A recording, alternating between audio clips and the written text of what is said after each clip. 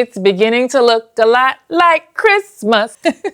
So let's head over to our nation's capital, Washington, D.C. I was just there making noise last week, by the way. So Melania Trump, who I think is probably one of the best dressed first ladies we've seen, she kept up with the tradition started by First Lady Bess Truman in 1945. She visited the Children's National Hospital to read How Does Santa Go Down the Chimney to young patients and their families. You're reading to sick children, so one would think that there would be a little sparkle and Christmas cheer. But no, Melania said absolutely not. First of all, she showed up in all black, head-to-toe grief couture. The kids came for a jolly time and some cheering up, but she gave them funeral chic. One of the issues here, the one that people have been dragging her online for, is that she didn't even show the kids the pictures in the book.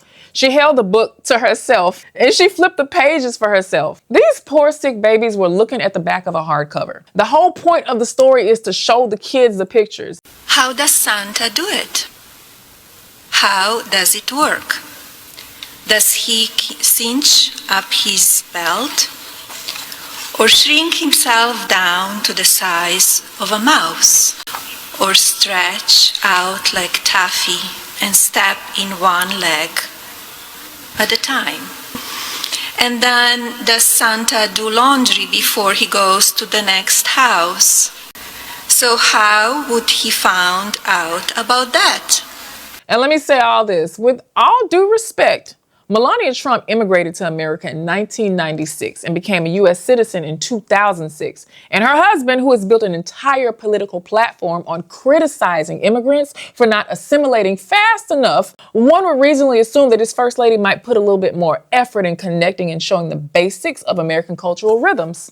And let's all be for real. If a leader got up there and had a thick Somali accent, the highest office in the land would relentlessly mock her, calling her garbage and telling her to go back where she came from.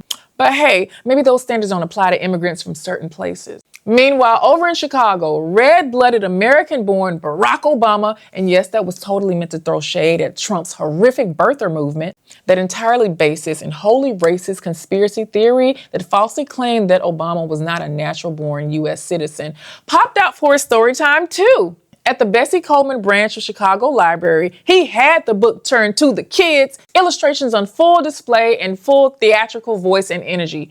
He even wore a Santa hat. Those kids were locked in. The adults were too, though.